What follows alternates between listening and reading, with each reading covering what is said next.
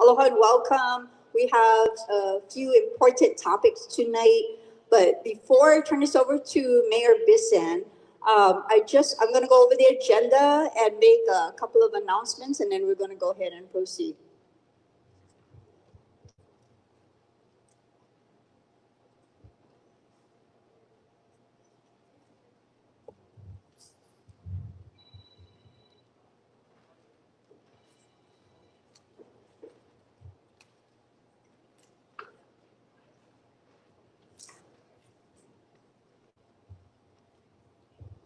Okay, we have more than a few announcements.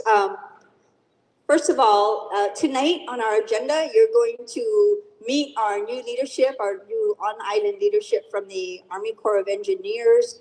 Last week, we heard from Colonel Curry and Mayor that Colonel Curry, after many, many months, will be going back to home, I believe. And you'll also be hearing about the alternative debris removal program. Last week, we had a question about concerns voiced about traffic. So our Director of Public Works is here to address that as best he can, along with talking about our alternative debris removal program. And of course, tonight we'll be covering the permanent disposal site for Lahaina ash and debris. We realize that there are a variety of interests on that topic. We do have the questions and answer period at the very end. And mahalo for so much interest in it. It was just brought to my attention, there's a flyer circulating with information. Great, please ask questions about that during the Q&A sessions. We're happy to address any of it, and we'll get back to you on any that we cannot at this evening. And then of course, we'll do a question and answer period. Mia, next slide. I don't know what a clicker is. Sorry.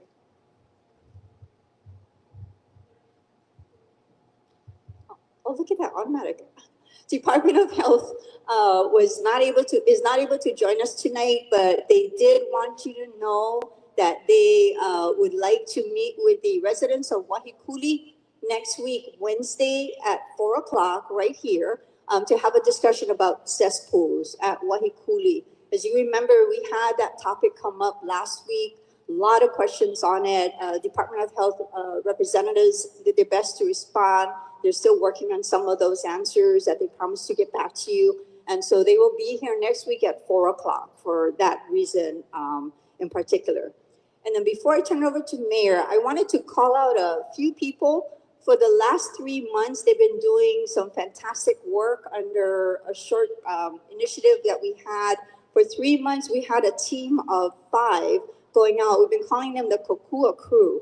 And so their contract has since ended with us, but they've done phenomenal work out in the community, just helping us understand what are some of the key issues, being our sounding board for some of those critical issues that we've been trying to address. But I sure would like to at least acknowledge them. And I'm just going to read their names because some of you may know them. And when you see them, just mahalo them and tell them thanks. Yeah, really appreciate their work. But we had Janice Herrick with us as part of the county's Kokua crew, along with her granddaughter. It was her granddaughter team, Tatum Herrick. We had a brother and sister team, Leimana and Keone Hassett. They are part of the Lahaina town themselves, along with Shannon E. and Jackie Keeve. That was a terrific crew, and we so mahalo the Kokua crew that has been with us. Thank you. You've seen them over a few months around town. They wear their own county shirts. But I also would like to mahalo David Snyder. I don't know where he went. Is he like hiding? Oh, look, he blended in. He's waving over there. David is from San Diego. He joined us over 3 months ago. We wish we could keep him for 3 more years, maybe. But he's part of a digital team. He was referred by a team of California Cal Fire crews that came in. You know, when you look at our social media page, you see those fabulous videos, those information videos produced by our county team. Those are David Snyder and Mia Ai. You see Mia, where's Mia? Running around as well, those two with the camera. So please mahalo David for us. David, if you can wave, people know. Just tell them thank you. We so appreciate it. We're a little like panicking.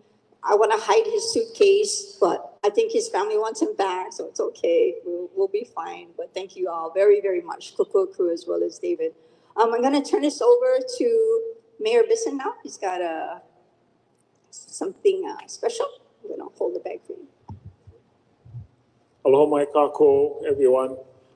Thank you to our members of our advisory team that are here tonight. I see Kimball and I see Kaliko, Star. Thank you folks for coming and for the work you guys put in for us all the time.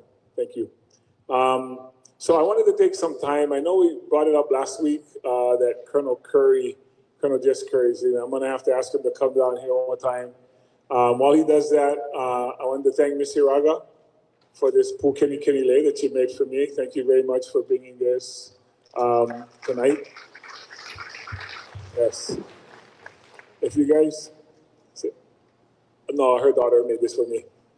Sorry, Leslie made this for me. She brought it, but, and Leslie was recently at one of our talk stories that we had in Kahana. So I got to meet her and found out how she knows my mom and you folks know my mom. So thank you. Because if you stand on that side of the gym, you can smell some of the sewer. But if you wear this lei, you cannot smell the sewer. So this really came in handy tonight of all the times that I've come to the gym. So Colonel Curry is going to be going home tomorrow to Illinois, where he comes from. And he's returning, I found out today, to his 5 children. He, 2 in college, 1 as a senior in school and 2 younger. So those of us who had raised our children, you know how important senior year is. So while we are going to miss him, he was only supposed to be here for 3 months, and he got extended a second tour for 6 months. I don't think he expected that when he left his family, and now he gets to return to them. So we made a little something for him. So now, Mahina, yeah, you can take that out of here. So of course, now that he's familiar with the geography of Maui, this is in the shape of the island of Maui. And I just want to read what it says. United States Army Corps of Engineers, Colonel Jess Curry, mahalo no ko kako ame ko aloha no Maui. And we put the translation, because although by now I know you know what it means. It says, thank you for your support and love for Maui. It's dated today. And so we hope that this will be a small token. It obviously doesn't represent what we think you've done for us here, but something you can take home and take with you to remember us by. Colonel Curry, everybody.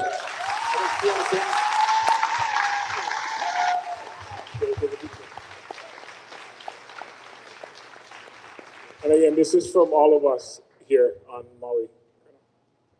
Yeah, well, thank you, Mayor. And, I hadn't planned on saying anything tonight. I kind of tried to get that out of the way last week. But let me just say that what an honor it's been to be here and to be among this community in a time when, you've faced the worst challenges that any of us could imagine. I would think back to the first days that I got here and the pain and the suffering and the grieving that we were here to try to help relieve you from a little bit, just in the smallest ways possible.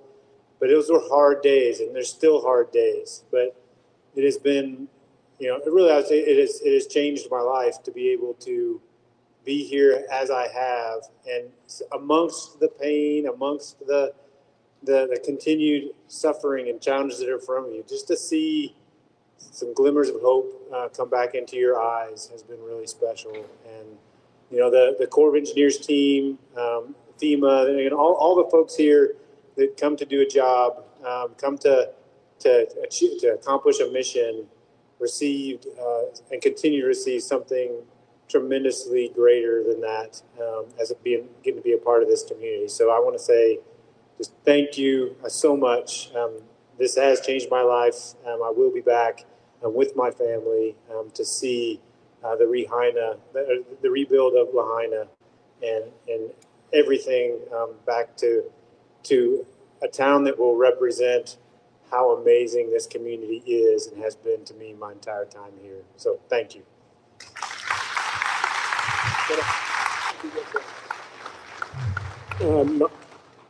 Oh, I'm sorry. Colonel, can we get another picture with a council member? You guys go ahead. And while they're doing that, I am going to introduce our next speaker, your council member for West Maui, Tamara Paulton.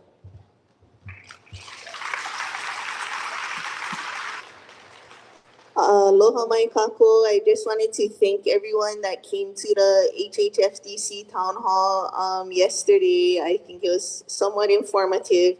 And for folks that had questions about the FEMA ineligible housing plans, they stood up a website yesterday, and that's kalaiola.org. So if you are FEMA ineligible and you have any questions about the housing being planned to come online for FEMA ineligible folks, you can go to kalaiola.org. That's KALAIOLA.org, and you can ask questions on that website.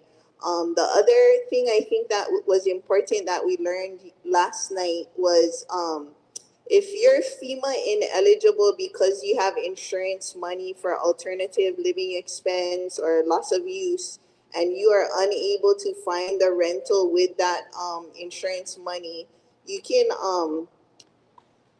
go see Mr. Todd House back there with FEMA, and they will help find you a place. And when your insurance money runs out, then you become FEMA eligible and they can help you with that rent. So that was something not a lot of folks had known previously and were pretty surprised when they found out.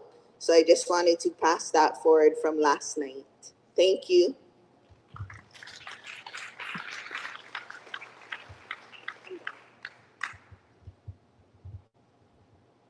Aloha. Good evening. Thank you for that warm welcome. I just wanted to again thank Colonel Jess Curry for his 6 months of commitment to the people of Lahaina and Kula as he helped you through this very challenging time. My name is Colonel Eric Swenson. I currently command the St. Paul. Well, currently here doing this, but my other job is I command the St. Paul District of the Army Corps of Engineers, and that's in St. Paul, Minnesota.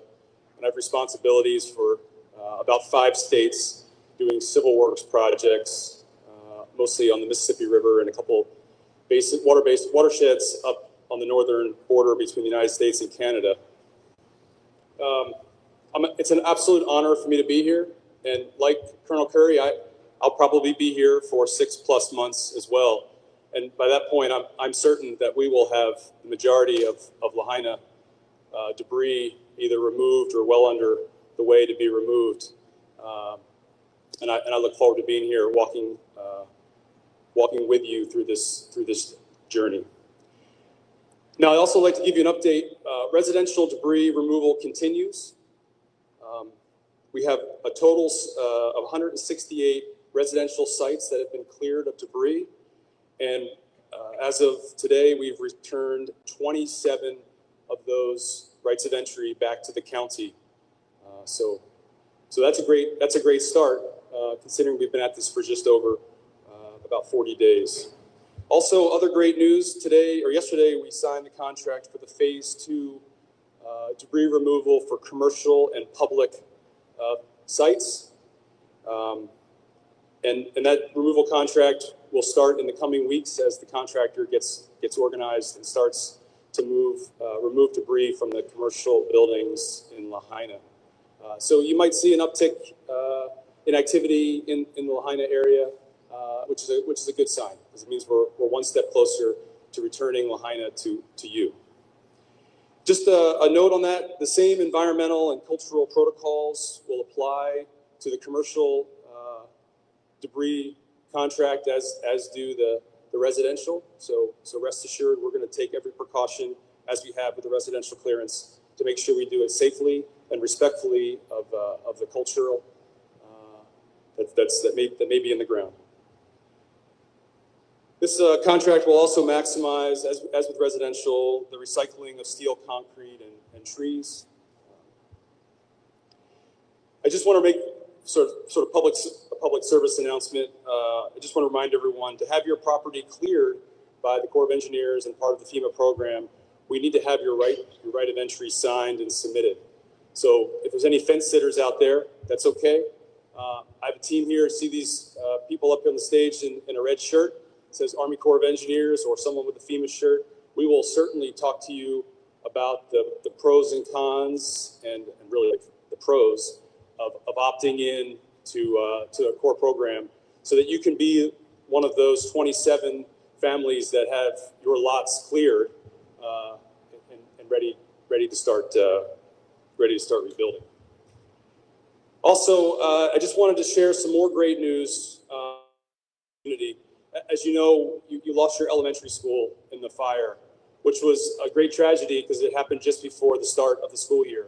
But I'm pleased to announce that this week we have completed construction of the temporary school site, and students will return for the fourth quarter of the academic year in April. And if that's not, if you can't get excited about that, I don't know what we can get excited about. Yeah. And if I didn't say it already, I just want to, I used to teach math, right? So I just want to give everyone a little foot stomp. We are here to help remove the debris. And if you'd like to opt in, we'd like to help you get your property clear. So if you haven't opted in, or you know someone that hasn't opted in, please share our information. Have them, drag them down here. Call us on the phone. We want to get your property clear so that your future will be brighter as you start to have a clean spot that you can rebuild on. Again, thank you for the warm welcome. Mahalo.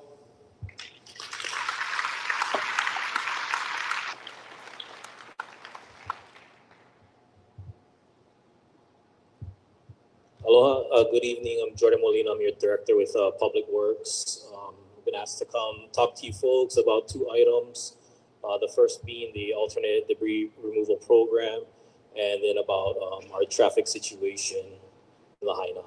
So first off, alternate debris removal on Saturday, the county held a workshop up at Lahaina Luna School. So that session was recorded, so you can go on the YouTube at County of Maui. We went through a whole kind of detailed presentation of what's going to be required to get through the alternate debris program. So I would encourage anybody who's still considering to review that video, get a sense of all the requirements, so you're informed on your decision. Those standards we anticipate getting to council this month for adoption, and then at that point, debris will be fully open. One of the major thing about alternate debris right now that we're working through is where we're going to be able to take that debris, given our challenges with finding a disposal site. So Director Ogawa is here this evening to talk about that disposal site coordination. So right now, unfortunately, the alternate program, we're kind of in a holding pattern until we can get that debris site established, so we have a place for the alternate debris to be delivered to. I would just encourage you to consider the Army Corps program. So as Public Works, we're in charge of coordinating both the Army Corps program and as well as this alternate program. And, really, unless you have a very particular need that doesn't fit within the Army Corps program, there's really no benefit to you to opting out. It's going to be more expensive on you. It's going to be a slower process. And there really is no difference in requirements. All the same requirements that the Army Corps is conducting on your behalf now will be your responsibility to implement, to engage your consultants, to engage your contractors, to keep them on schedule, to make sure everybody's doing what they need to do, to get those records back to the county. All of that responsibility falls on the owners to implement, whereas through the Army Corps, they're handling all of that for you. So really, unless you have a very unique circumstance that you think doesn't fit, I would encourage you to, again, review that video that's online about what those requirements are. If you have a question, you can speak to the Army Corps folks, or you can contact Public Works as well if you want to get into your specific situation about why you think alternate program is better for you. we can help you understand all those requirements. Okay, so now onto traffic. So yeah, unfortunately, the biggest traffic impact from the fire is the loss of Honopilani Highway, right, between Keawe Street and Laniopoko. As Colonel Swenson said, we are not fully into debris removal yet. There's still contracts being set up. We don't have all the crews mobilized yet, so we really haven't hit peak debris removal activity. So because of that, we're not prepared yet to open that highway to be able to manage the regular traffic and all this debris traffic without and make sure it's safe for everybody to operate. So as we ramp up operations over the next couple months, that is an effort we're tracking closely to figure out when is that sweet spot where we can keep debris rolling efficiently and allow people safe travel on the highway to help kind of stem that bottleneck we have at Keawe Street. That is the most biggest effort we have right now to try and give some relief to our traffic situation. Short term, we do have that project to try and put the traffic signals on Keawe Street to help ease the movements in and out. Of course, that won't necessarily help congestion, but that's the other traffic mitigation that's at play in the foreseeable future right now. Longer term, of course, we have the extension of the bypass to the north. That one is not actively in the planning phases right now as the state's focused on the southern project to do the realignment for the segment that's in the ocean. But that's kind of the big project that's teed up next for Lahaina as far as more capacity on the highways. So yeah, I'll be around for Q&A. We have a representative from State DOT if we have any specific questions for them as well. But thank you for attending this evening.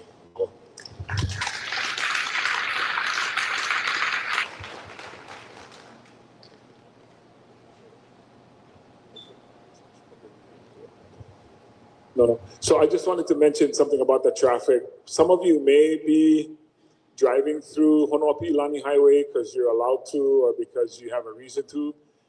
Just be aware that there's been an uptick in people driving fast going to Honoapi'ilani. Obviously, they want to avoid the bypass, they want to avoid the traffic, and some people have been reportedly coming down Honoapi'ilani pretty fast. If you're one of those people, just be aware you still need to follow the speed limits that are in that road, even though you look like you're alone. You're really not. There's a lot of traffic in there, and there's going to be more. So I just wanted to get ahead of this before more people start to go into the zone.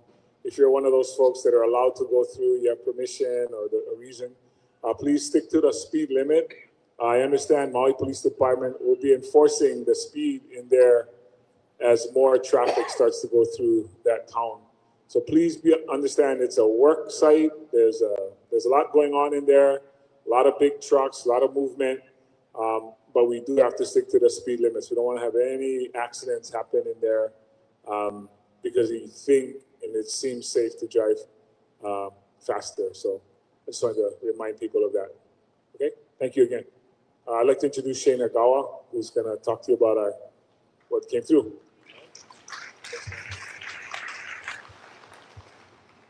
Good evening, everybody. Shane Agawa, Director of Environmental Management. Good to see a lot of you again. First of all, I'd just like to thank Sarah Jenkins and Bob Schmidt, our Deputy of DEM, for last week doing the presentation on the survey results.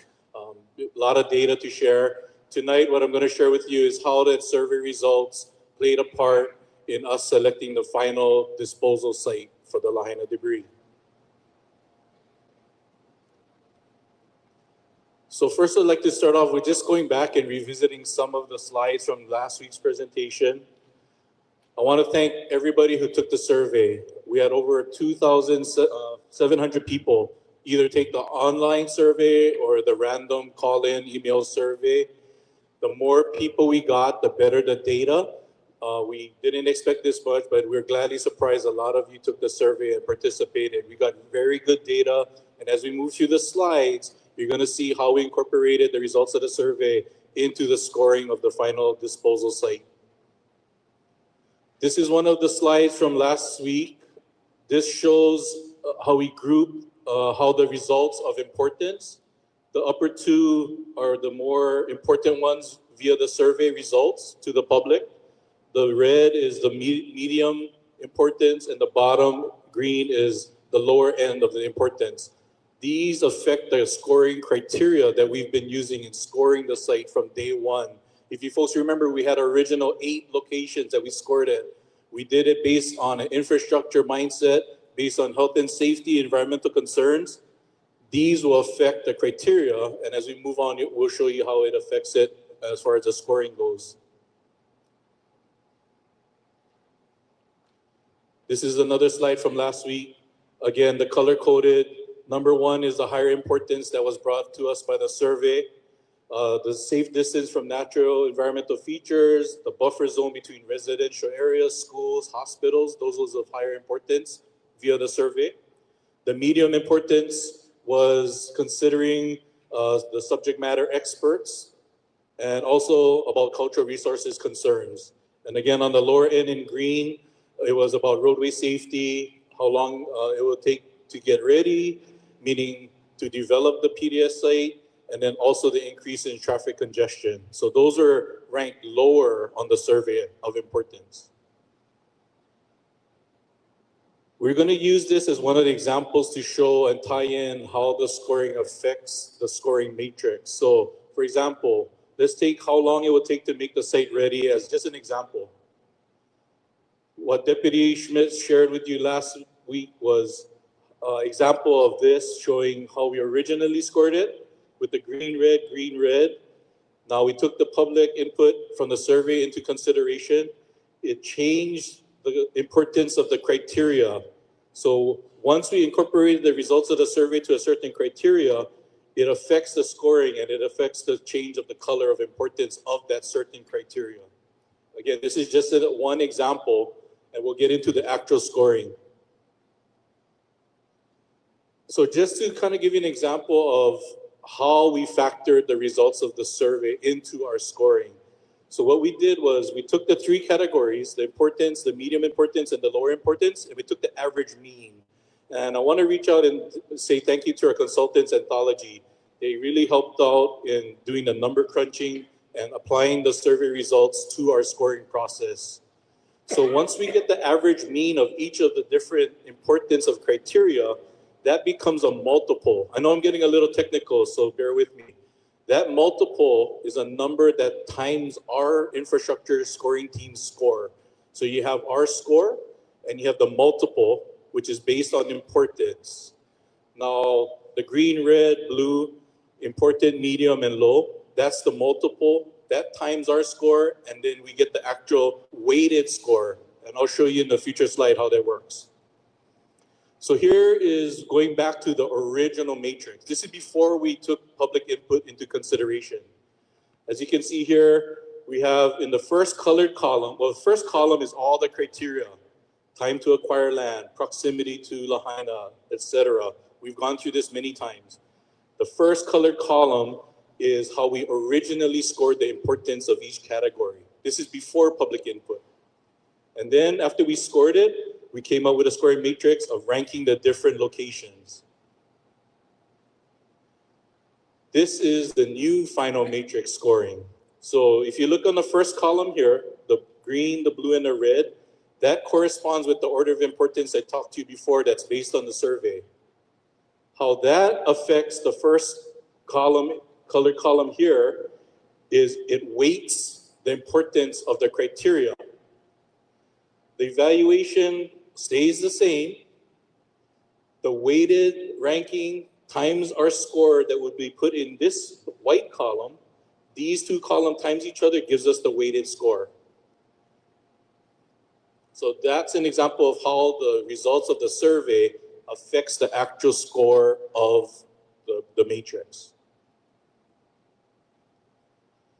I'd like to also highlight that after hearing from the public, we also included an additional criteria, which is the cultural resources impact.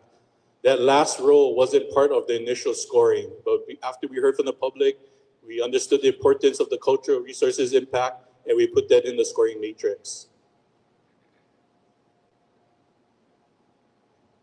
So if you look at the top three criteria, time to acquire land, proximity to Lahaina, access in and out of traffic impacts, you can see that it changed from green to red because the lower importance was on logistics, which was the green. That was lower ranked on the survey. So it changed it from green to red, meaning importance of green, high importance to red.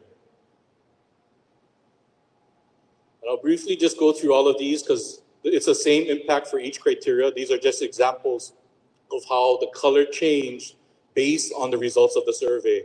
So for distance to residential schools and hospitals, it went from a yellow to a green because that was blue ranked very high of importance to the public. Distance to hospitals, residential, and schools. This one is a surface water management construction, which is part of the logistics part of the phase of the PDS.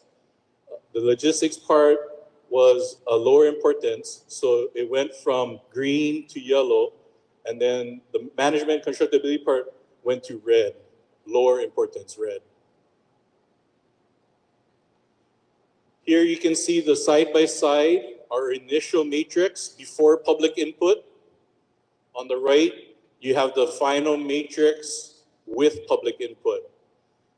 If you look at the circles, those are all the different criteria that changed due to the public input.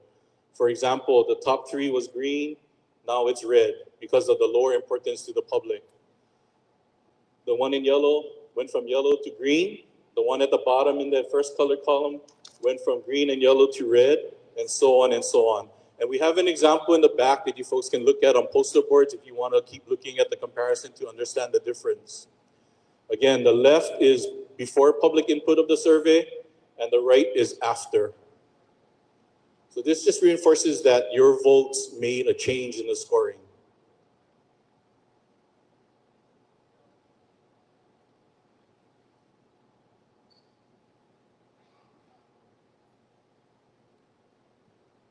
So these are the results of the top three, which was Central Maui Landfill, the Waiikuli parcel, and the Crater Village. So after taking into the weighted matrix, the weighted criteria from the survey, Waiikuli came in third, Crater Village came in second, and the Central Maui Landfill came in first. So that would be the location of the final site for the debris.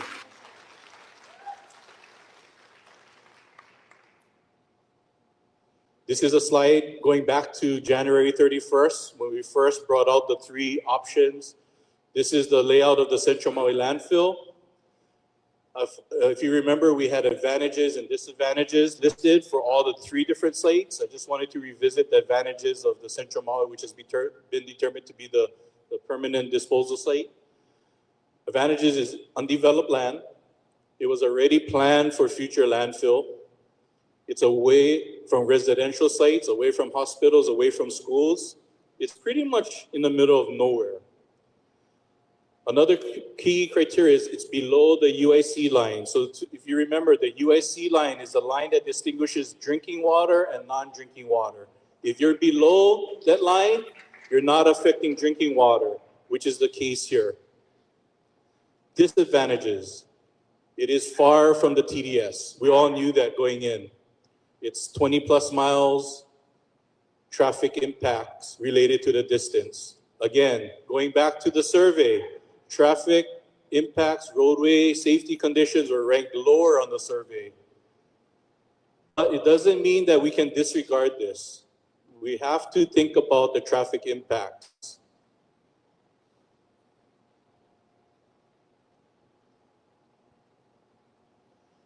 This is another slide from our January 31st, where we showed the timeline, how we plan to hit different milestones in the process of selecting the final site.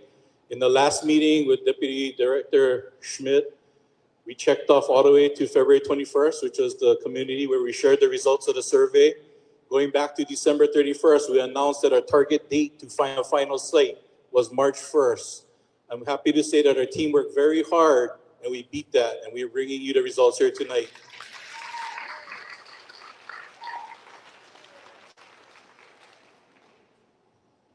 Now the next steps, now that we distinguish which is going to be the permanent site, we need to finalize, and I say we, meaning the county, our federal state partners, but mainly the county.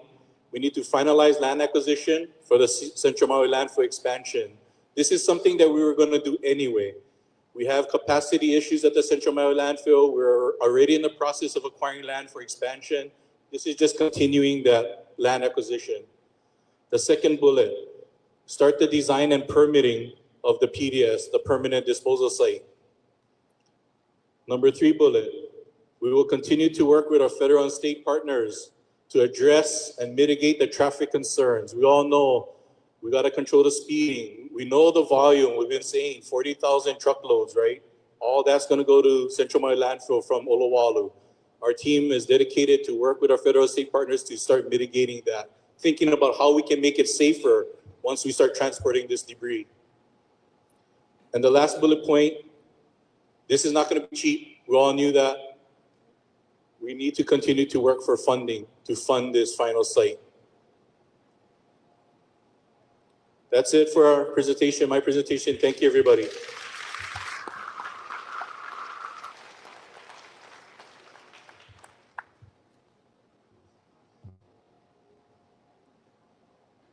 Oh, sure. So Mayor brought up a good point. When we looked at the 3 sites, we already was being proactive and thinking about, okay, what happens if this one site gets chosen? We didn't know the results. What happens if Waikuli? What happens if Crater Village? We already started thinking about the traffic impacts. So now that we know the final site is going to be at Central Maui, our team has already looked at utilizing roads to keep the traffic off of the main thoroughfare. So I give a lot of credit to John Smith from Public Works Highways. He took it upon himself to investigate the routes, what best to be done to get the traffic off of the roads. So we are looking at using old cane haul roads as much as possible to keep it off the highway. We have a plan right now to utilize a roadway going through old cane land that connects Kuihilani to Central Maui landfill and avoiding Kahului. Going across the Pali, obviously we can't avoid that. But if we can mitigate the traffic once we get into Kahului, that's a huge improvement on traffic impact. So we're working on that right now. Thank you, Mayor.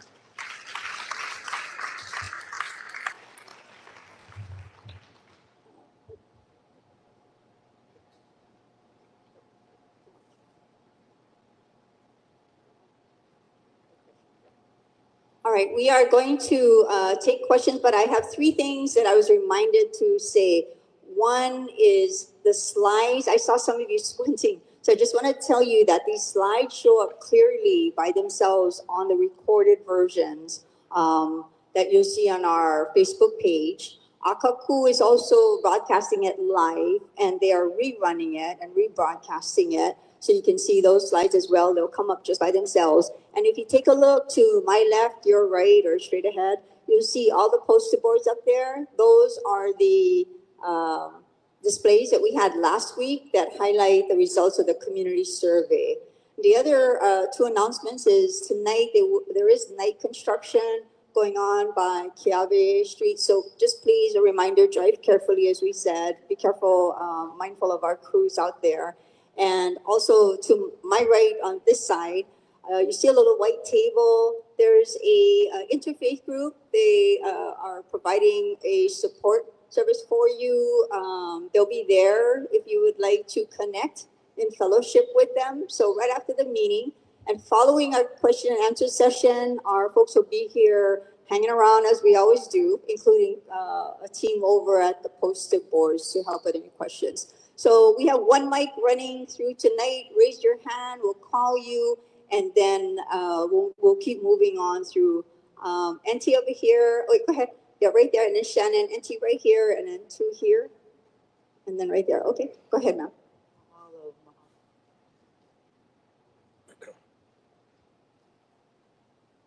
Aloha.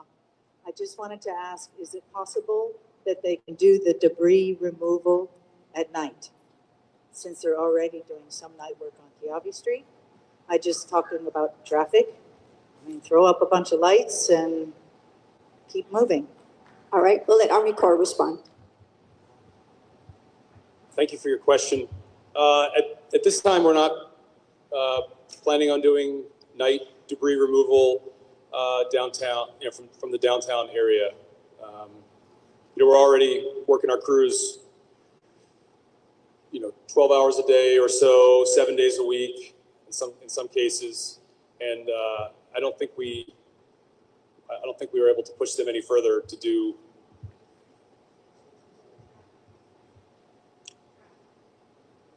Yeah,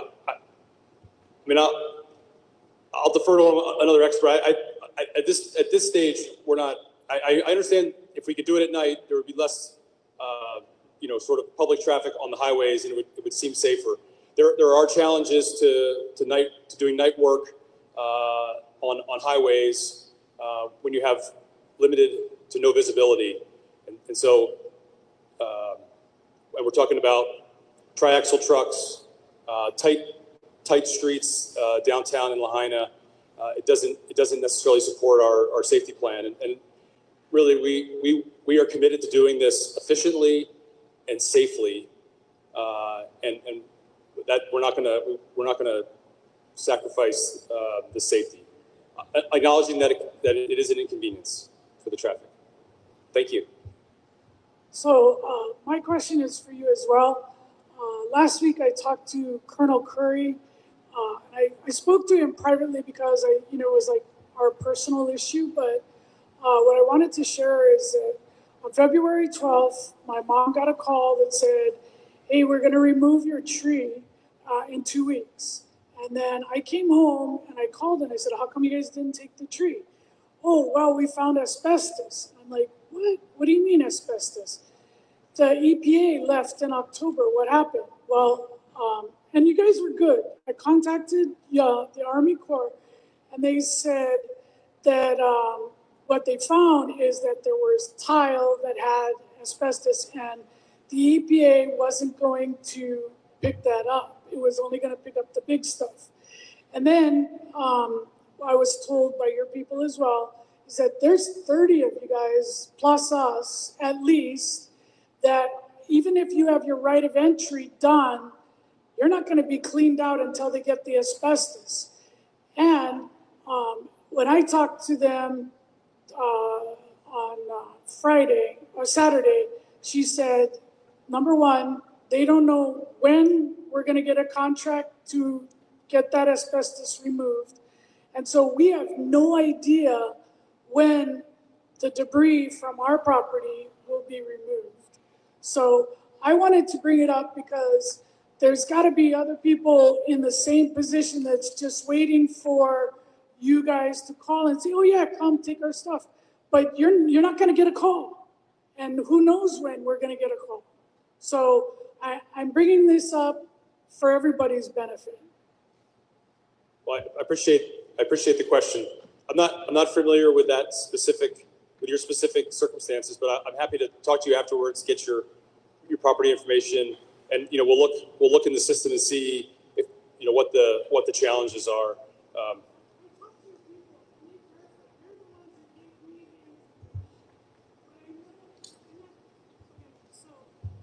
The problem I see, to be honest with you, is that if I hadn't called you guys, we would have never known this.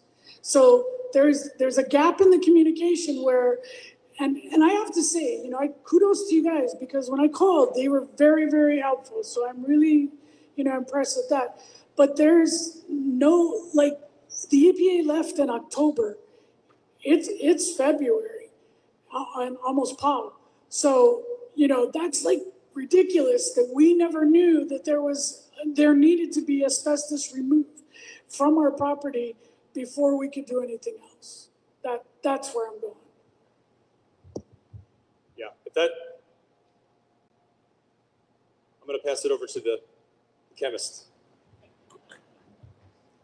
Hi, I'm Corey Koger. I'm a debris subject matter expert. And so, yeah, we're aware of the problem, and we're modifying the contract as we speak to go out and get the asbestos that was outside of the scope and was left erroneously. So we will be handling that for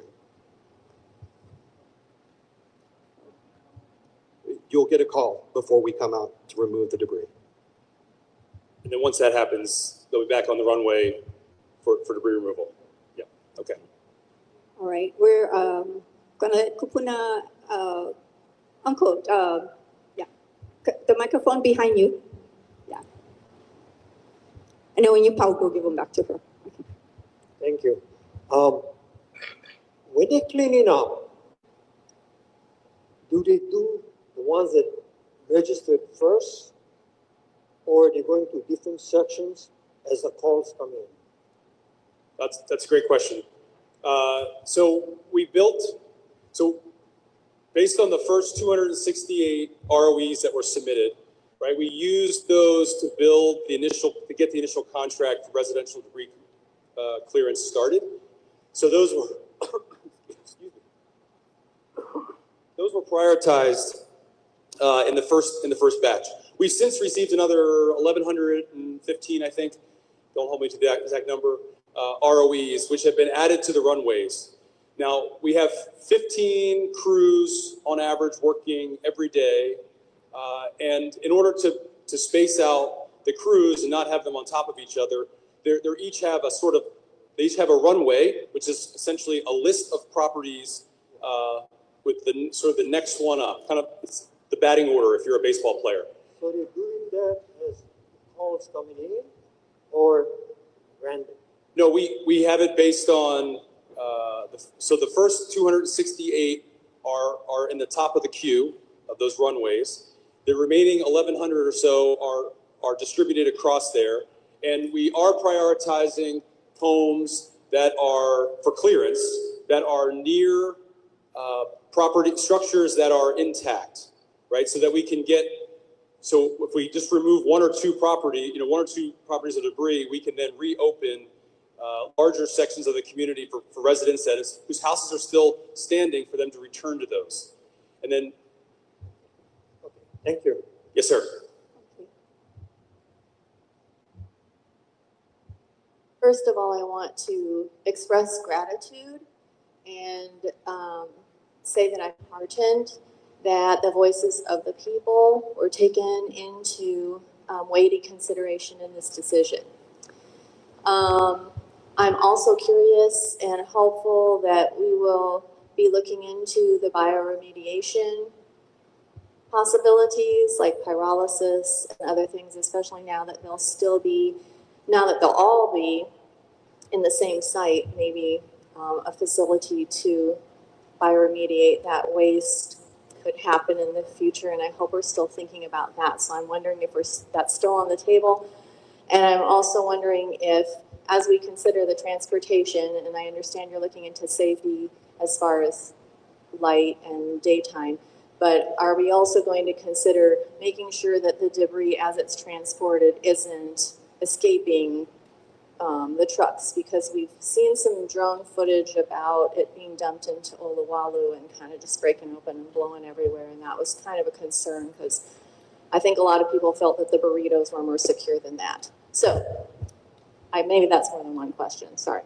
Okay, so we continue to safely remove debris, ash debris, and recyclables from the residential properties and soon the commercial properties in Lahaina. And we safely transport that, as you stated, in this burrito wrap. Now, when the trucks do empty the contents of the burrito into the temporary disposal site, the burrito may open, right? What I want to reassure everyone is that throughout the entire process, from as it exists right now, right, with the sites, to with the removal, we have sprayed and wet the material to do dust mitigation, and we continue to do that all the way through until it leaves the truck and enters the temporary disposal site, in which case it is then re-wetted before it is handled, so that there is no dust, or there's no dust, mitigation, or no dust that enters the air, and it all gets compacted into the landfill. Now the temporary disposal site. Now we did yesterday closed the temporary disposal site for the day because we had sustained winds over 35 miles an hour. And so we are taking the precautions. So we wet the material again so that it wouldn't blow. And then we closed the facility. We weren't taking any new material because we are concerned about air quality, and we don't want any of the material to become airborne. So I don't know if that answers your question, but we are taking great strides to keep the air quality high. Aloha, and thank you for all that you've done and are doing. I'm hoping that possibly you folks could drive the big trucks to Central Landfill at night when there's less wind, less traffic, and instead of continuing to spend so much money in Olowalu, folks could be doing it right now as we speak, only do it at night and dump it there. Question number 2 is, today was the 4th time I've been able to come back to Lahaina, but I had planted 10 years ago 3 medicinal native trees from the botanical garden. They're from Hawaii, they are Hawaii, and with the Army Corps of Engineers coming, I understood that they were going to swoop through and take out trees that, of course, are dangerous and could fall and hurt people, etc. I went to the property. I'm not a landowner.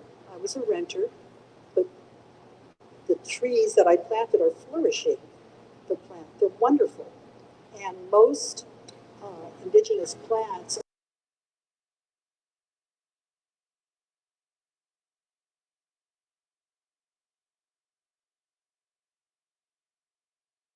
are doing quite well, like our banyan tree and most coconut trees. All the junk foliage that is brought in for deco, got to stop doing that, bring all that junk kind of stuff in. But today I went over there and because I didn't know the protocol, I understood there were markings and banners and tags and whatnot, and I put little signs saying medicinal indigenous trees, please do not destroy, and I just posted them inside the plant so they could see, kind of like the tagging. Is that possible that they could be, transplanted, whatever, not just destroyed? Yes, ma'am. I mean, we will certainly look into that. If you could see one of the folks behind here afterwards in red, just let them know the address of it, and we'll look at it.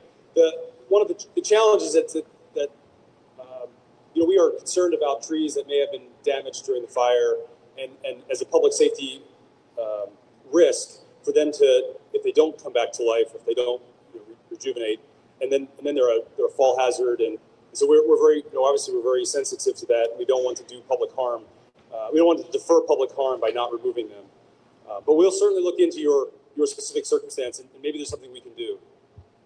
And then, so the night driving. So again, we are not putting anything from Lahaina into the Central Maui landfill. Now, I know tonight you heard that the county has chosen the Central Maui, it's the same location as the Central Maui landfill to put as the permanent disposal site.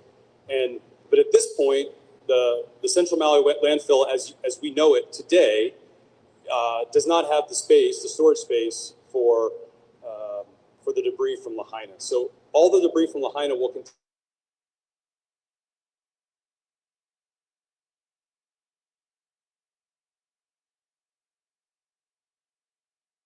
Permanent site will be ready to receive material, and at which time this is a conditions-based decision. If we are still removing debris from Lahaina when the new facility is open and certified and ready to receive material, then we will most certainly, switch to that site. But we won't do that until the county gives us the go-ahead that the new facility is ready.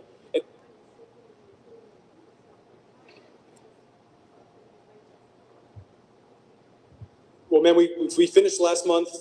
Actually, January we finished the Kula site, so that there's no more debris from Kula going into the Central Maui site. So, and there's not enough space to put all the debris from Lahaina. I understand I understand the concerns, and I understand the night operations. But at this point, we're doing daytime operations, and we're moving it into the temporary disposal site. So. All right. At this point, thank you for your question. We are having people online and on Aquacu saying they cannot hear the questions. So we're going to ask you, if you're going to ask a question, hold the microphone right at you, and no need to shout, but make like you're talking to your kids or something, like determined to people going to hear you. Go ahead. Hi, everyone. So a few topics regarding housing. I was hoping Red Cross, FEMA, and the task force would be here, but if they are not able to answer tonight, or anyone's not able to answer tonight, maybe the next meeting. I think it's very important for housing. For the NCS, I'm hoping to get a timeline on when that's going to last too. There's an April 1st date that's being put out there. The second part is also there's been consolidating and movement with the residents, and I just want to see if anybody could speak to that. And also, if we could have a task force for Red Cross, if not on a daily basis, at least a few times a week to answer like escalated questions. For FEMA, there's an issue with the direct leasing background check that is very timely. We really need to try to expedite that. And for the task force, if they can have the presentation they offered to WAM the next week, that would be super helpful for housing. You must have some pixie dust, because we were going to announce at the end of this meeting that next week's community meeting here, March 6th, we are going to focus on housing and give a status update on the housing plans and where we're going, including the information that we've been working on and presenting to our state policymakers. So March 6th, next week, tonight, we want to focus on the selection of the permanent debris site, disposal site. Next week, we'll be focusing on housing. So see how fast you ask, and we'll be here. Mahalo. Okay, raise your hand if you have a question. Okay, great, go ahead. It's more of a sharing of gratitude. I came ready with posters and flyers, ready to speak up for my students one last time. And could you read your sign for those on Akaku and online can't see it? Well, the back says Lahaina teachers for Keiki. And the front says, what are our priorities? The health of the Keiki and ocean, or money and short-term traffic concerns? And I'm just so grateful that the community stood up and made that clear, and that you took it and decided to keep it away from our Keiki and oceans and waterline. Thank you so, so much. Mahalo. Questions? Shannon, right there, the gentleman in the green.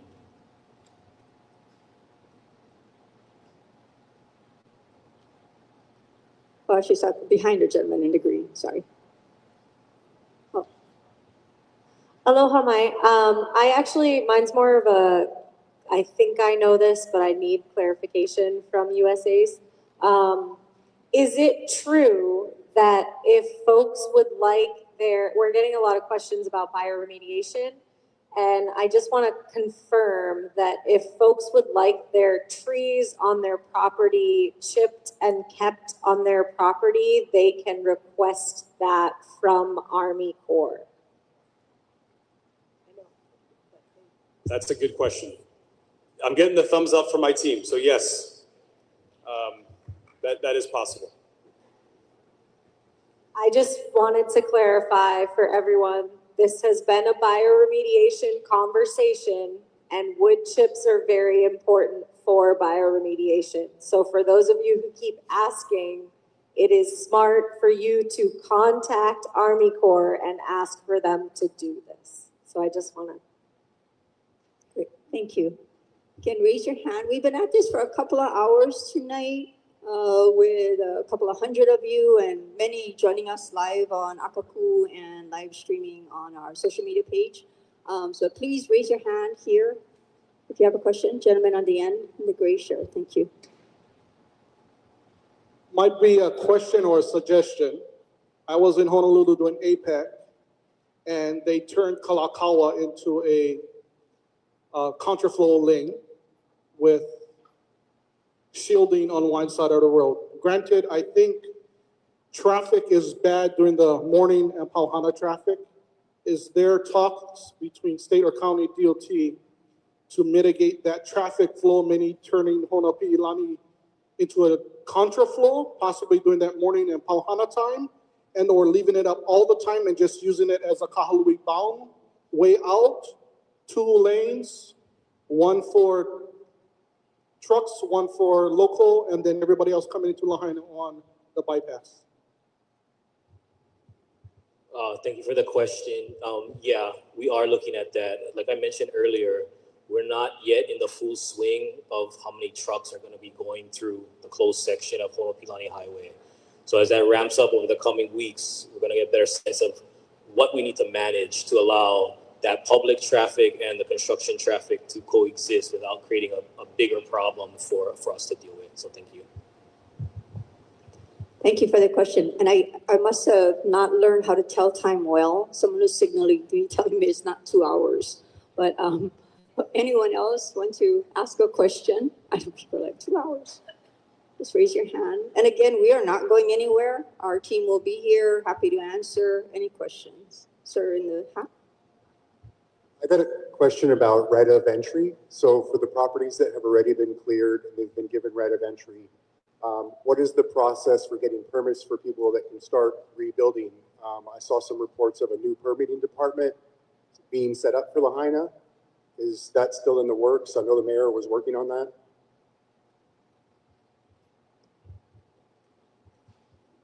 Yeah, thank you. So we did have the ordinance to amend those emergency permitting provisions passed out of committee, and I believe it's anticipated adoption end of March. So by April, that'll be in effect. We also have our vendor who's going to support us in focusing just on the Lahaina permitting. So that's in contract right now. So tentatively, barring any setbacks, later part of April, we expect to be operational and be able to process those expedited permits with the vendor and under the new system for everybody. Thank you. This has to do with transportation. It seems like when there's a serious accident on the poly, that the police sometimes keep the place closed for 4 hours. Is there a way that we can improve the way that we handle accidents and the way we handle broken down vehicles so that we don't have 4-hour stops, because that's really going to be a catastrophe. I know that for a fact because I almost lost a loved one on a stalled ambulance. Fortunately, went around the backside. But the other thought that I have is if there are, it seems to me there's, when there's an accident, even if it isn't fatal, there needs to be some place to get the cars off the road. Is it possible to look at the highway and put a few thousand feet of side road, if you will, shoulder? Could we enlarge the shoulders a few places for those accidents? Because you're going to regret a serious accident. Yeah, thanks for the question. I have to have police and or fire follow up because they manage those incidents. But what I understand, depending on the severity of the incident, and unfortunately when they're fatal, that forensic investigation can take a long time. And so I'd have to bring them for a later meeting to speak to if there's, a change to their operation they can look at to make it more timely to get those things reopened. Shoulder areas, as you know, the poly is kind of tough to blow open a shoulder on the poly. But I think that's something that DOT can look at for those other areas as well.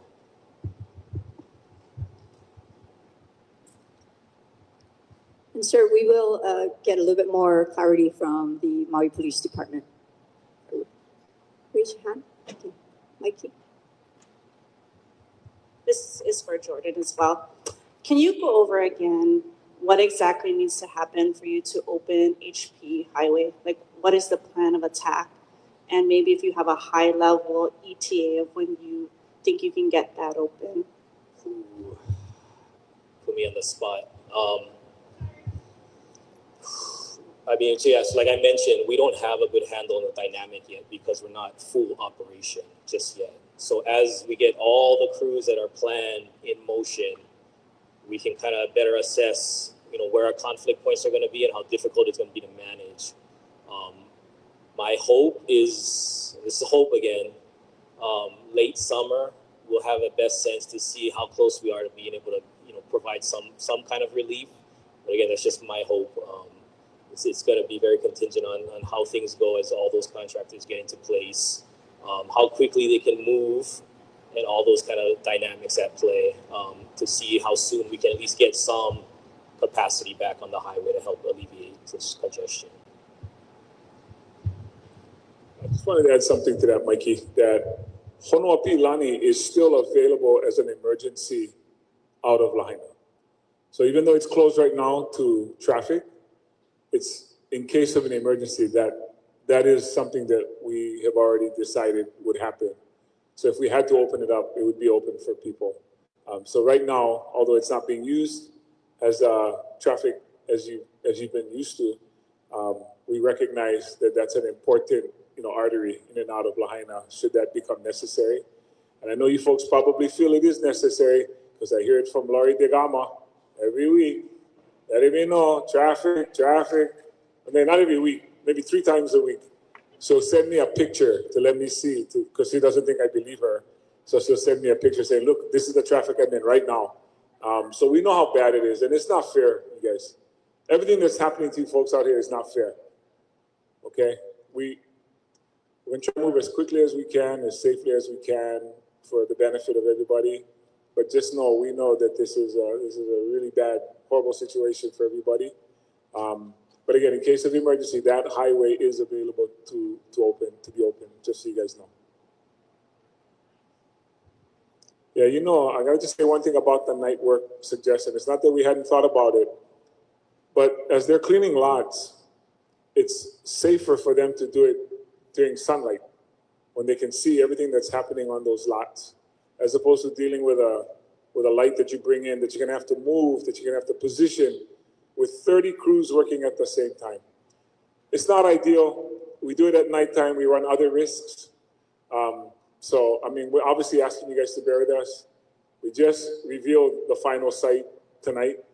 So already everyone is in tune with all the possibilities that are going to happen. We anticipated that. We thought about using the Cane Hall, the Tanahala roads, right? We're trying to figure out every way we can to minimize that. But just going straight to nighttime crews, doing it. You see a lot of nighttime work on roads, like right now by Safeway. And I think EPA is about 75% complete with their project that they're working on. But that's safer for them to do that because there's less traffic on the road. That's different from cleaning out all of these neighborhoods at night without the benefit of light. So it's much safer for the crews to work during the day. And right now we have 15 crews. We're anticipating 30 crews at max, 30. We'll try to figure out, been some great suggestions. We know there's going to be more. And we're very open. We're going to work this out together.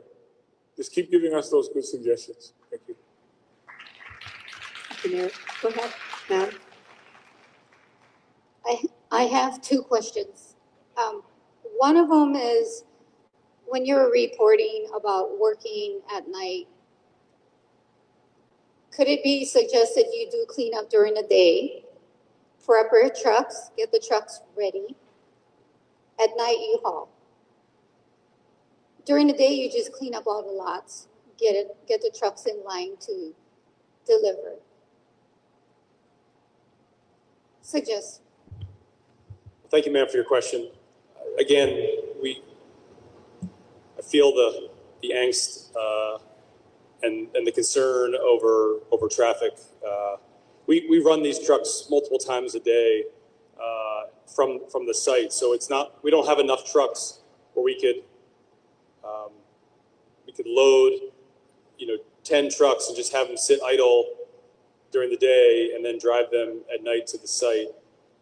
So as soon as one truck is full, it's heading out to the site, it's dropping off its burrito, and it's coming back to start working on the next burrito. And that happens, like I said, 10 to 12 hours a day. every day of the week, 7 days a week. It's not really efficient. It wouldn't be efficient to try to load a bunch of trucks and just have them sit idle and then ship them out at night. I acknowledge though that in a perfect world that would reduce some of the congestion on the highways, but it would slow down this operation. And really, we're trying to get this done as efficiently and as safely as we can, so that the citizens of Lahaina can rebuild. And I guarantee you, I've been out to some of these lots. When you see the lot that is cleared and essentially the ROE has been turned back over to the county, I mean, it brings us, every person's out there, it brings a smile to their face, right? The lot is like, the lot's saying, please rebuild on me. That's what it's saying. I'm being a little bit tongue in cheek, but I think we want to get that for every resident of Lahaina. We want that smile where you say, gosh, I went through great tragedy, but I now have a piece of property that is ready for my future home. And I can rebuild Lahaina to its greatness. Out of the ashes, the phoenix will rise. So that's what we want. And I don't want to slow it down by being less efficient with how we manage trucks. So.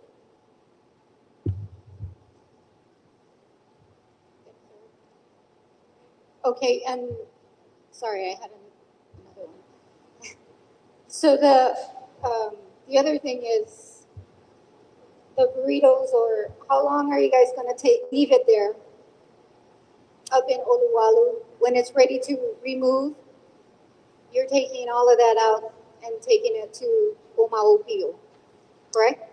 So that's a good question. So the question, if you didn't hear it, was, how long are the burritos going to stay in the temporary disposal site?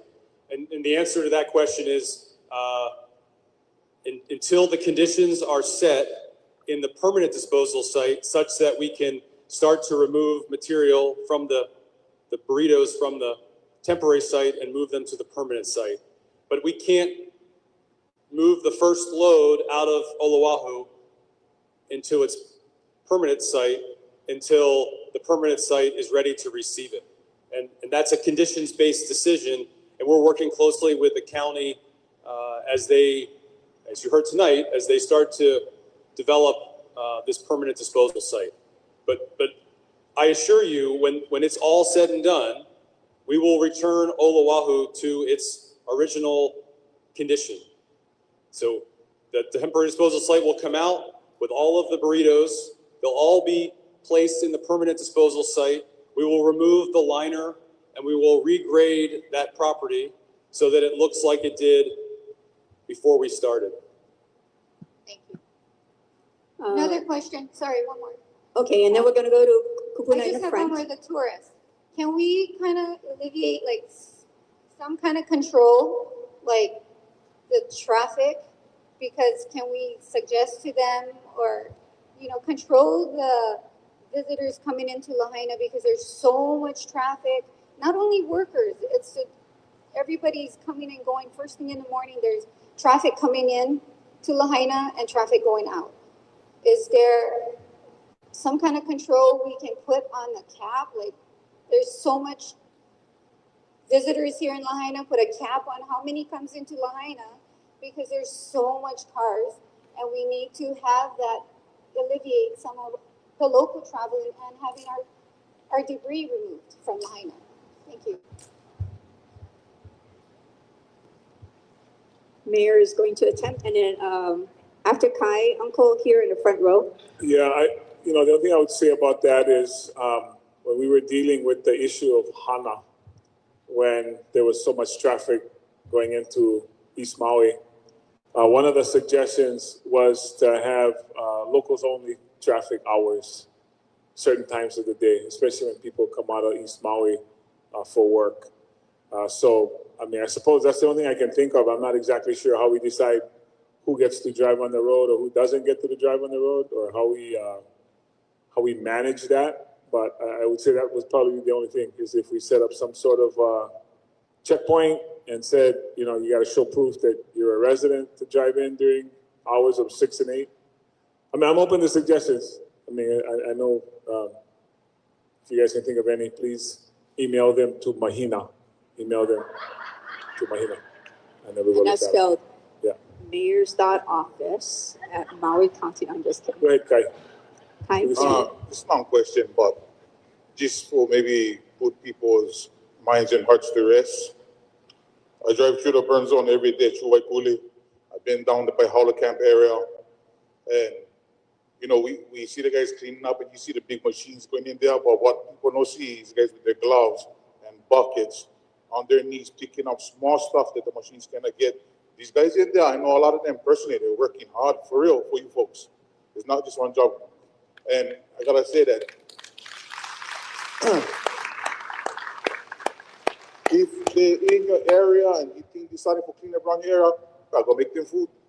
We did that one day, brought them food. They were so happy and appreciate it so much because a lot of times they get these bad, people say stupid shit sometimes, and it goes against them. But if they was there and you've seen these people, you really appreciate these guys. And the last thing is, feels so good to be heard, no?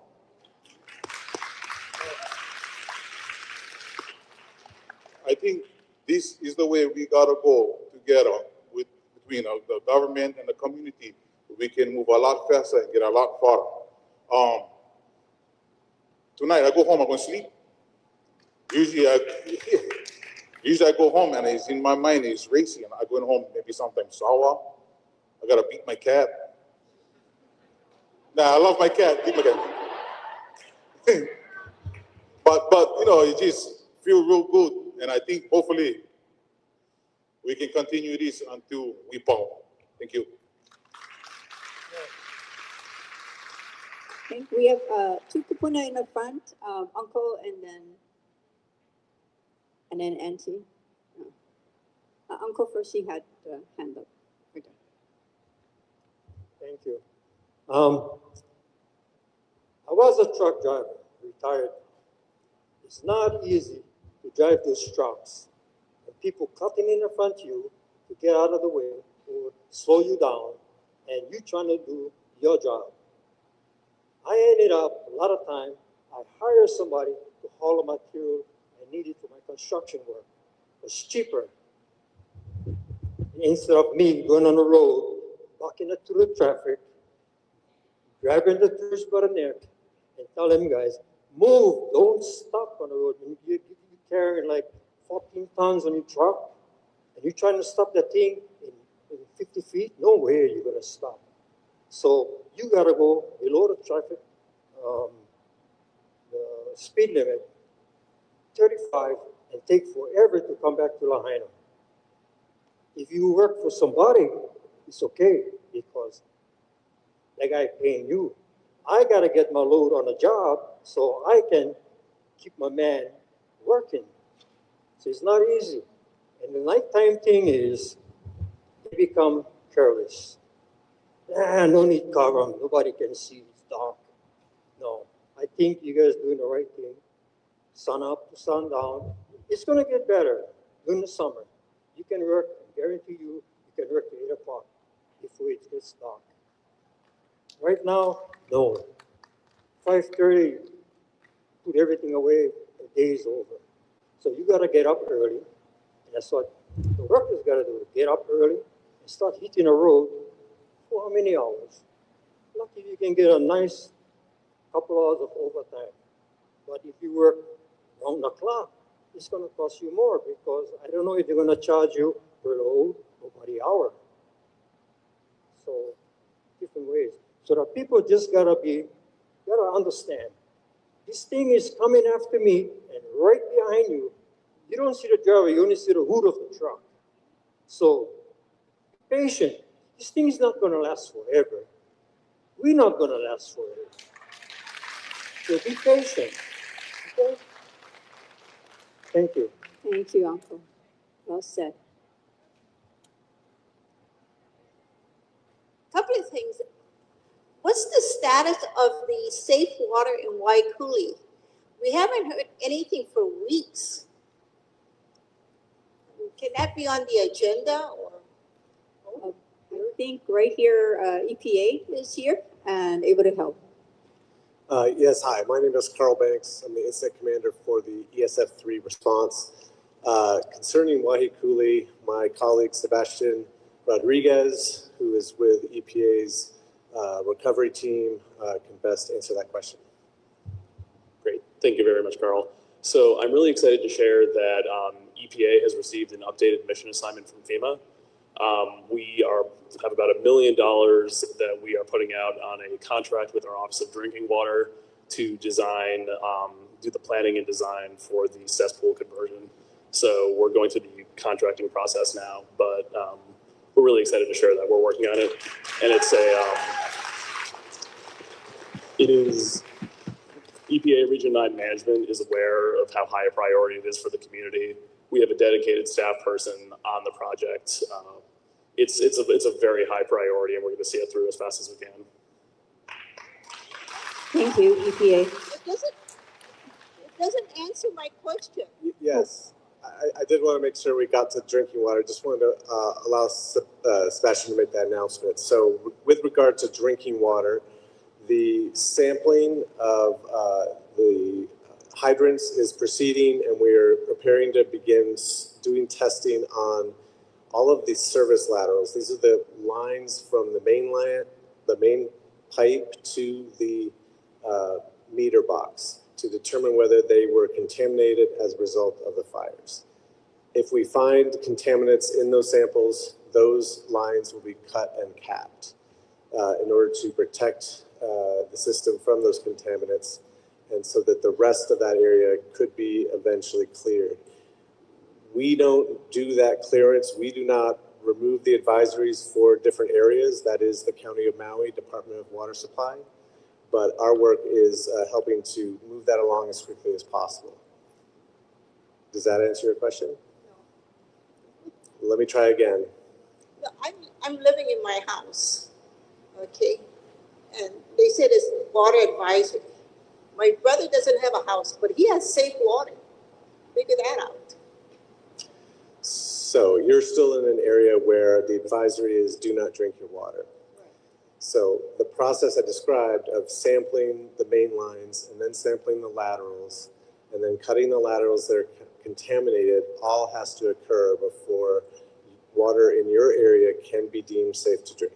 But it's been 6 months. How long more do you have to wait? I understand. The number of service laterals we have to sample is around 1,700. From those, something around 15 to 40% will probably be contaminated, and we will have to cut and cap those lines. Because it's only our zone is the last. Maybe the part of Lahaina is fine. The zones that were able to be cleared by the county were done so as soon as possible. So I hear that you are in an unlucky spot in Lahaina, and that you may have to wait longer. And I'm so sorry that that's the reality. And another thing, thank you for you. Another thing, I have a house. My neighbors don't have any houses, but there's only 2 properties that got cleared on my street. Yes, we had this conversation last week. I remember. Get back. I didn't get back to you. So at the end of this, if you could just let us know your house number, we can look up and see, what the status is. Again, we are trying to prioritize homes that are, or debris removal sites that are near existing homes that are sort of ready to be reoccupied. Part of it was, as I said, the initial 268 ROEs. Those got the highest priority because they were first in line, and that was what the contract was set off of. And when we're building the runways with the additional 1,100, I don't know where your specific home is on that list. Oh, Auntie, hang on. There's other people that got their ROE done the same time as my son, but they got their property cleaned, but not my son. Yeah, again, we can look up your specific one. I would, if other homes, if everyone turned it in at the same time, or about the same time, and other homes have been have had their debris removed. I don't want to promise anything, but I would make a good assumption that that home is close to being on the top of the list. But again, we can look and see where it is, especially given the fact that the other homes around it are ready to be reoccupied or ready to be reoccupied. So. Okay, thank you. Thank you, Auntie. Auntie, don't leave tonight unless all these uniform guys come and see you, okay? All right, Shannon? Go ahead, Kaliko. Aloha, this question is for the mayor. And this is from his oldest son, Jeremy De Los Reyes. And yes, we are all siblings. We all love the mayor. So mayor, we need to change the use of gravel for soil stabilization after properties are seen cleared. The cost for removal will solely be at the owner's expense, and we cannot use it for any uses, and it will cause an extra cost for property owners wanting to use the yard space. So I got the exact same email from Jeremy yesterday. Can I toss this to Army Corps? The question is, can they use soil tack on the completed lots instead of gravel? I told them the gravel was there to keep the soil from running off of the land, or off of the lots. So that's why I believe they went with gravel, but does somebody have a different or better answer? Mayor, thank you for that.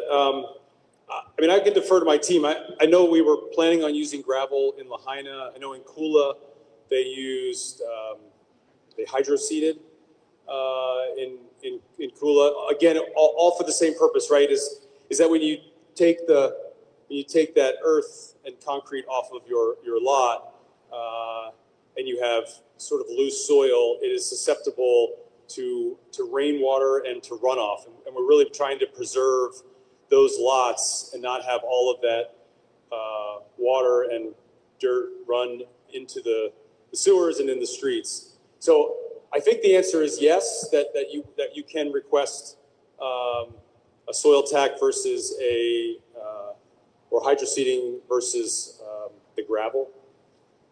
I got the thumbs up. No, I got that wrong. Soil tack or no? Looks like the mic is going to go to Dr. Corey. We're gonna ask Corey. Corey, come in the middle a little. I will. The camera keeps following Colonel. Hello again. The placement of gravel or cinder for erosion control was not a core requirement that came from Maui County and the Department of Health. There's a reason that we were requested to put that material.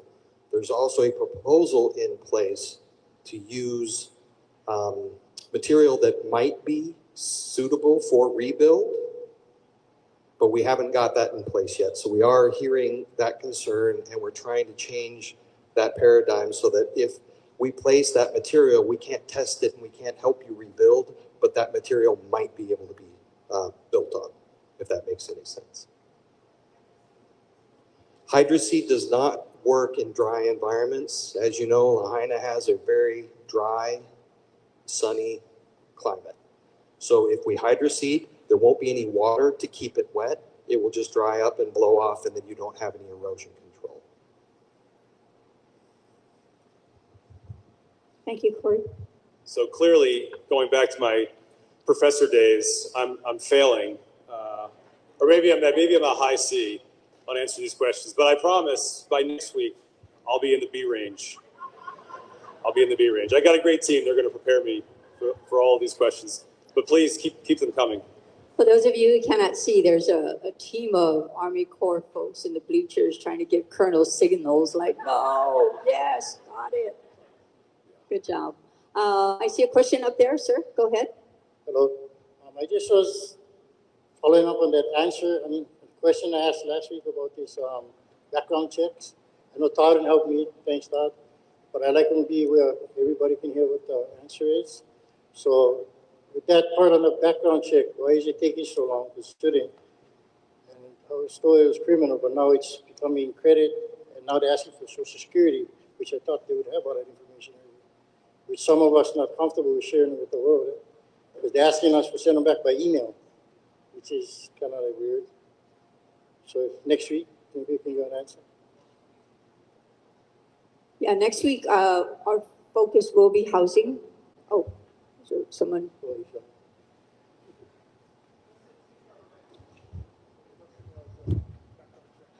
Oh, well, look at that, a FEMA guy. Come on over. We've had a pretty good experience with background checks.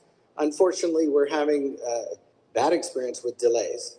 So in the last week, I probably heard from 8 different households who are having trouble. Sometimes they got the address of where they're proposed to stay and then have not heard for 3 weeks or a month. Sometimes it's background checks. Sometimes it's inspections. So it's an individual case issue. And if you come back and speak to us in the back of the room here, we'll actually look up your case or have it looked into and they'll contact you. But it's very individual.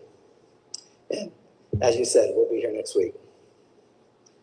We've been here for about 6 months and we'll be here longer too. Thank you. Question here, followed by gentleman in the back and then back down to the front row. Mikey. We keep saying Mikey's name just because it's a small town, so everybody knows Mikey comes to every meeting now. Thank you very much. FEMA, don't leave, please. This question is for you. I just wanted to follow up because he did have a concern about the background checks turning into a credit check. And initially you had said, or not you personally, but FEMA had said there's no need for a credit check because FEMA is the one on the hook to be paying. So they shouldn't be asking for credit checks from the individuals living in there. Is that still the case? FEMA does not require a credit check for occupancy because you're right. The lessee-lessor relationship and the landlord-owner or the landlord-tenant relationship does not exist with the individuals that we're placing into those properties. So unless they're doing a credit check under some other provision that allows them legally to do a credit check, it's not appropriate. They can only do a criminal background check for a FEMA lessee or for a FEMA tenant in our direct lease program. Sir, go ahead. Hi, I was wondering if we could have a meeting like this that's meant specifically for homeowners and the challenges that we're facing as far as rebuilding. I mean, I don't even have the capacity to worry about traffic. That's one of my least concerns. So I don't want to belittle other people's problems or issues, but I'm worried about losing my home, about paying mortgage and rent, and I'm worried about how the permitting process goes. And there's so much that we need to discuss where one question at a time isn't really getting us anywhere. And it's 6 months later, and I know this is a massive ordeal, but like most of our lots are exactly the same they were on August 9th. So we're still in the same spot. We have no more hope of moving forward and rebuilding until things start happening, but we don't really know what's going to happen next, and we don't know how the permitting and all this stuff. So the answer to that is yes. If you can see me afterwards, let's talk about what those things that we can help cover and make sure it's going to meet the needs and expectations of homeowners. So let's talk right after. Okay. We're still doing hand raising. Oh, okay. Uncle in the front, followed by gentleman in the blue hat, gentleman in the other hat. Thank you.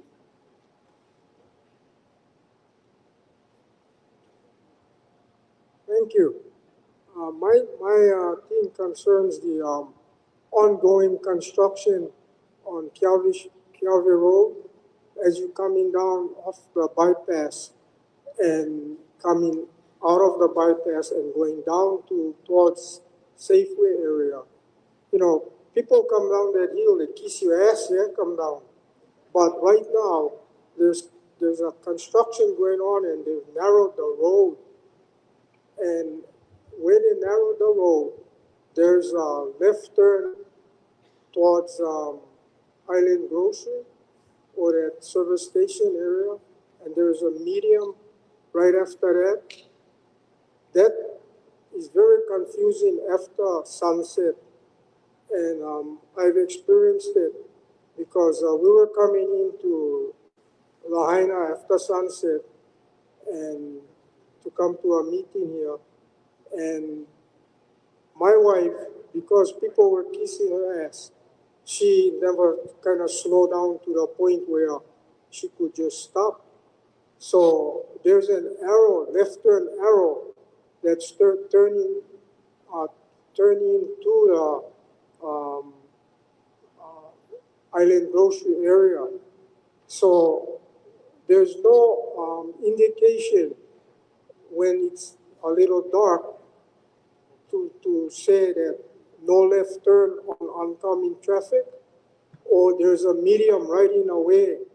So when she made a left turn thinking that she was going to crash into the barricades because it was pretty narrow. So she made a left, but at that time she made a left, had cars coming up because there's a one-way up towards the bypass. So she made a hard right back, right on a medium, and we flew in the air. Then about a week later, we came into Lahaina during the day, and I saw hubcaps on the side of the medium. So is there a possible way to enlighten the drivers? Slowing down is okay too, but with the cars kissing your ass behind, a lot of pressure coming down that hill. So I don't think we're the only ones that, was affected or being affected by it. I don't know how long this project would be, so I just want to bring it up in case to prevent, more like what happened to us. Thank you. Jordan? Thank you. Yeah, thank you. So Shannon? we're getting the traffic signal for over there. We're just waiting for the equipment to come in, so that'll help a little. But we can look at adding more either reflectors or stuff to help identify those curbs. As far as that project, they're putting in the electrical and sidewalk for apartments that are being built up the road. We'll get you an ETA and what that build out looks like. But yeah, hopefully not too much longer with that situation going on over there. Thank you. Thank you, Jordan. Sir in the hat, followed by the other gentleman in the hat, and then back to you. We just want to give other people who haven't asked questions first chance, so please go ahead, sir. I have a question for the mayor. I heard last week he mentioned something about land swap for people that live in a mill camp, which is most of the people that died. And I just want clarification if they will move people from that subdivision or redo that subdivision. So I'm going to slightly update what I told you last week because I got more information today. I want you to know this is a really fluid situation about what's happening on the rebuild. So the fire department has identified certain streets and areas in Lahaina that are difficult for them to get through, either an ambulance or a fire truck. And so, I don't know how the town feels because we haven't, put this out to everybody yet, and I'm sure we're going to get a lot of feedback, is should we build it back exactly the same way, or should we make the changes now that there's an opportunity? I understand why it wasn't done before, but the question is, what should we do now? So there's a minimum width of 20 feet that the roadway has to be. That's by law, by ordinance, by charter. I don't know exactly, but that's what I'm told. It's 20 feet from curb to curb. Now that assumes that no one's going to do street parking, right? So if you keep it 2 lanes and cars can go up and down, then that should be enough. But practically speaking, people park on the street. Even when it says no street parking. Everybody knows when you see that sign, oh, they're talking to somebody else. They're not talking about me. They're talking about somebody else can park on the street. And so people park their cars there, right? And everybody knows multiple families and homes, lots of cars. So what do? Do we enforce the no parking? Do we widen the streets? Do we go to one-way streets? Do we go to parking only on one side of the road? There are lots of different methods, but just for you to think about and consider, because I know if I ask 5 of you, I'm going to get 5 different answers, right? Because we all have an opinion about how that might work best. But as far as land swapping, I think I don't want to use the word eminent domain condemnation and take somebody's property. I don't want to do that.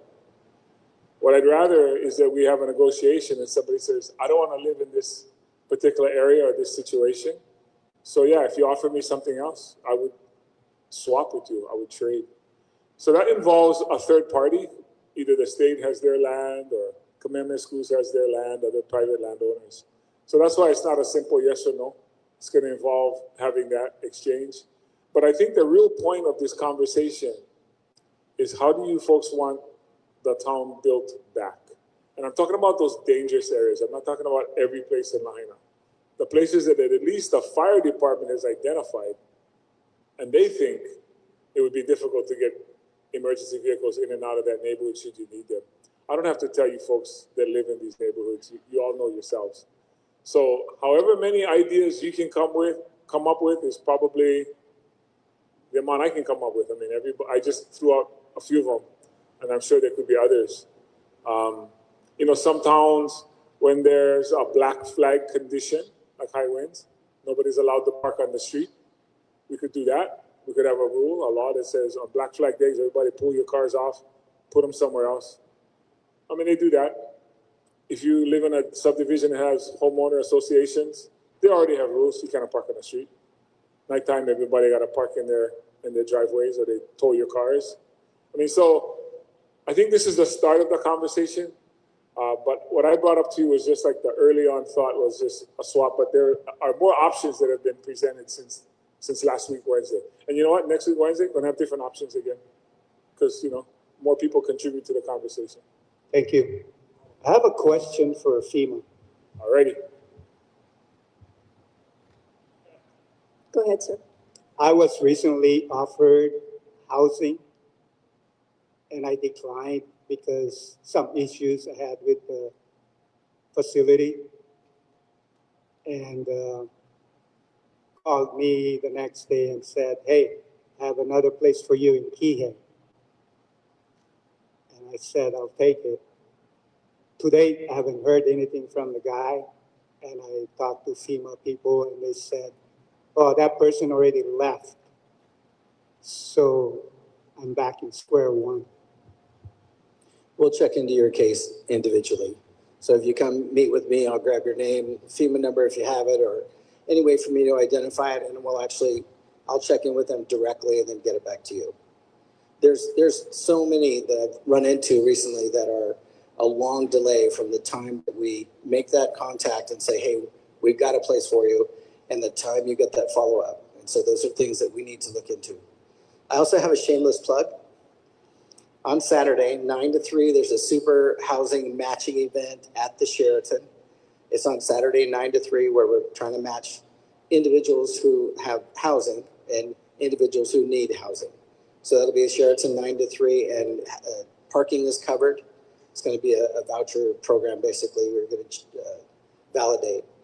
So thanks for being able to put an advertisement out. Great, thank you. Sir?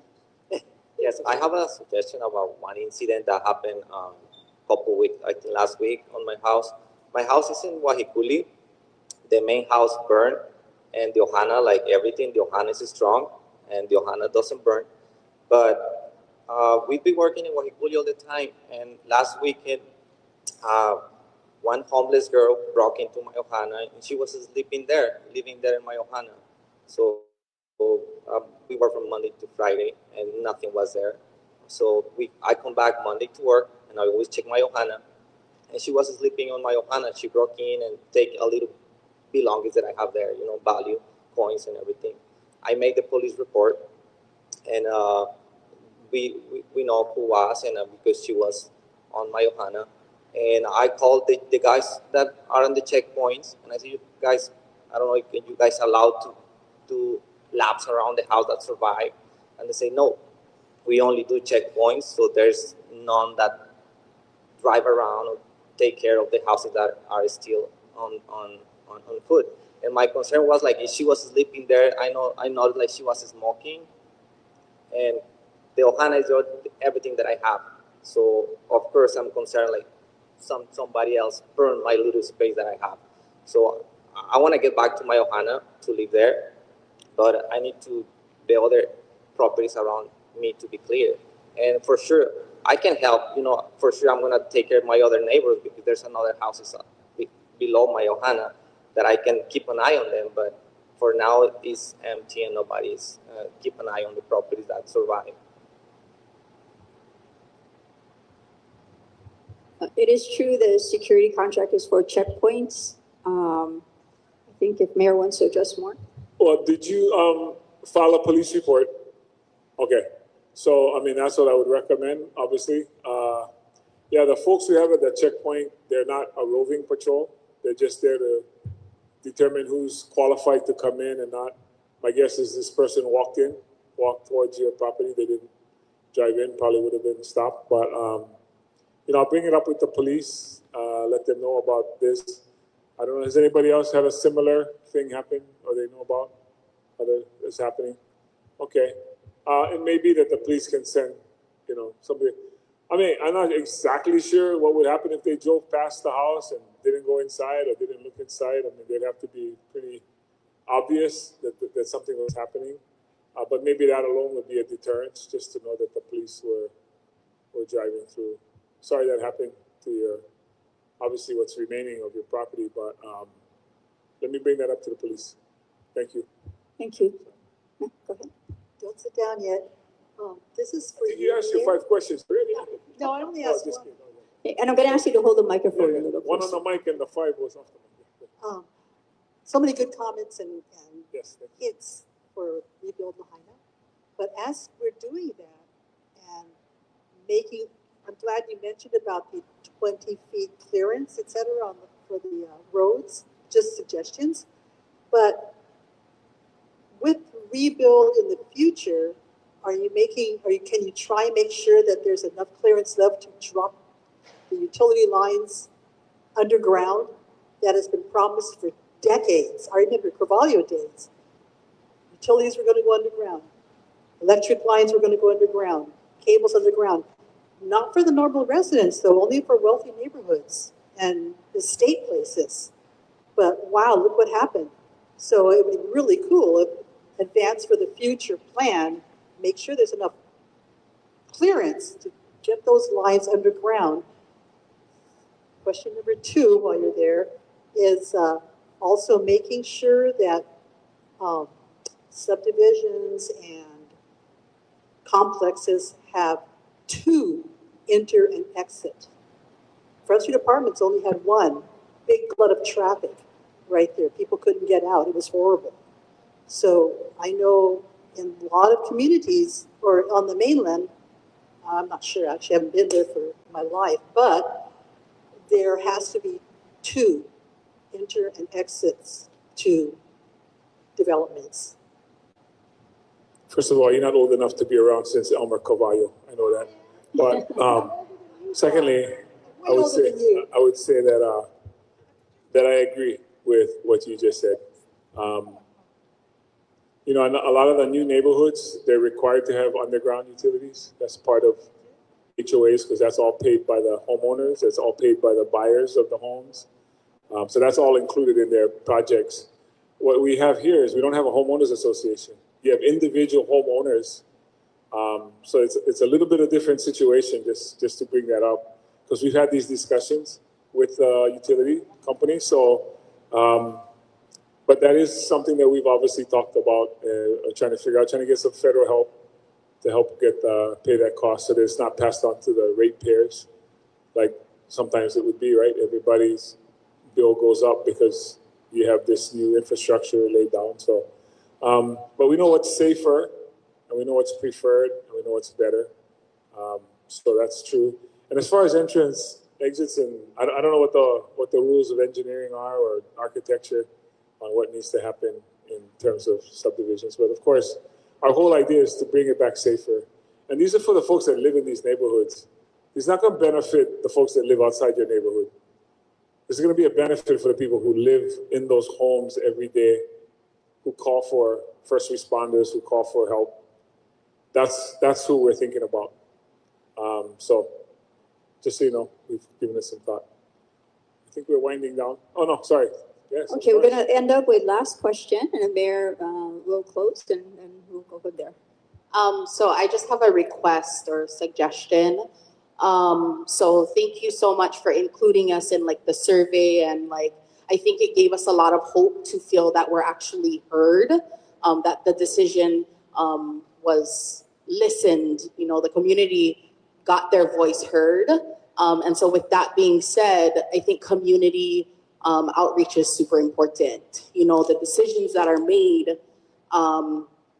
You know, you have an advisory committee, and, you know, I know someone in the committee that has a subcommittee and like ask the community questions like, hey, what do you guys think? They have these questions that they ask, but I'm going to say that not all of them do that, you know, and so it makes a big difference when you have these questions and answers where people can, you know, let their voice be heard. But I think it's going to be really vital and important, especially as a Kokua team member, right? Like, we're not going to be working anymore. So like, where is the community outreach going to be? Where are you going to have people in the community as part of Lahaina who are going to be able to share their voice, whether it's town hall or whatever it is? Because I truly, as an advocate of our community and being involved, I have hope because I know what's going on and I feel involved. And so when other people are heard and they feel like they're being heard, it makes a big difference in how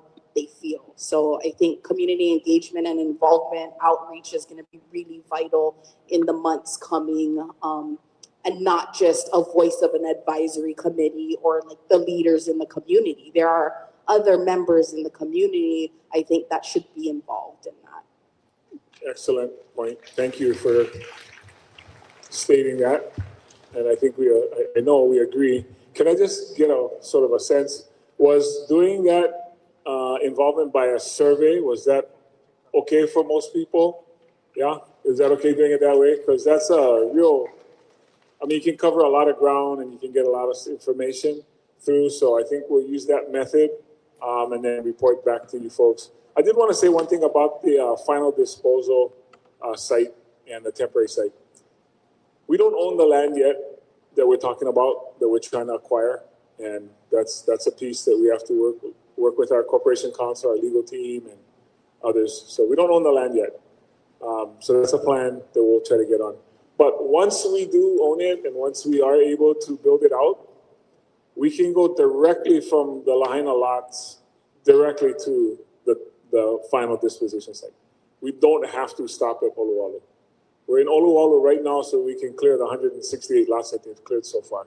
That's why we're in Oluwalu right now, or else we wouldn't be that far along. So just understand that part is as long as we need to. I think the council approved, I want to say 2 years. I was looking for tomorrow. I forget how long they allowed us to use that unless we have to renew it. We hope it doesn't take that long, and we hope that we can get that other site up and running, work out all the traffic, work out all the logistics, and start to take the debris straight there, right from the lot. It's more efficient for everybody. And then start to remove the ones that's in Oluwalu. So just so you know, we're not gonna wait. As soon as it's approved, we'll start to move it to that site. That's our plan. I wanna say thank you to everybody. Again, a big aloha and aloha oi to Colonel Curry as he gets on his flight tomorrow. Can't thank you enough. I can tell by his humility, his candor, his humor, that Colonel Swenson is going to be a great fill for your replacement. So honest with the community, just like you have been, Colonel Curry. So anyway, for everybody, please drive home safely. If you need to talk to us, we'll be up here. Thank you.